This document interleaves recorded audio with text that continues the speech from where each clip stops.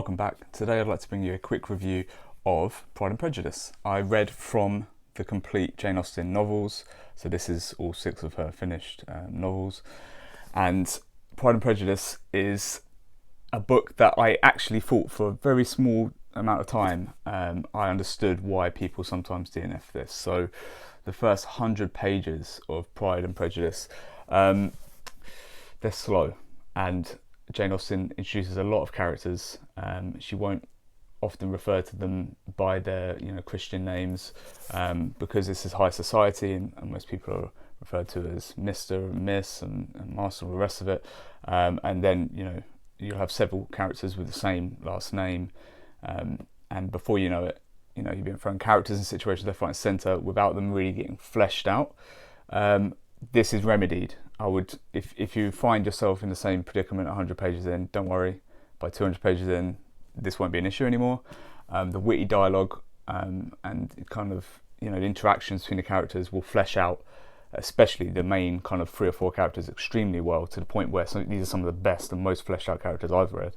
And I really feel like Elizabeth and Jane, they are almost 2 sides of Jane Austen's personality. One sitting on either side of her shoulder, and they are debating the at the time social narrative and social consequences from 2 different viewpoints, and it's super interesting to listen to their conversations and to get inside Elizabeth's head and see what she thinks of people based on the way they say things, the way they carry themselves and stuff like that. It's quite unlike anything I've read before. I do love period pieces, but you won't find this kind of, you might find a little bit of this in like A Great Expectations or A Great Gatsby or something like that, but not really to this finer viewpoint as Jane Austen does in Pride and Prejudice, and I really appreciate that.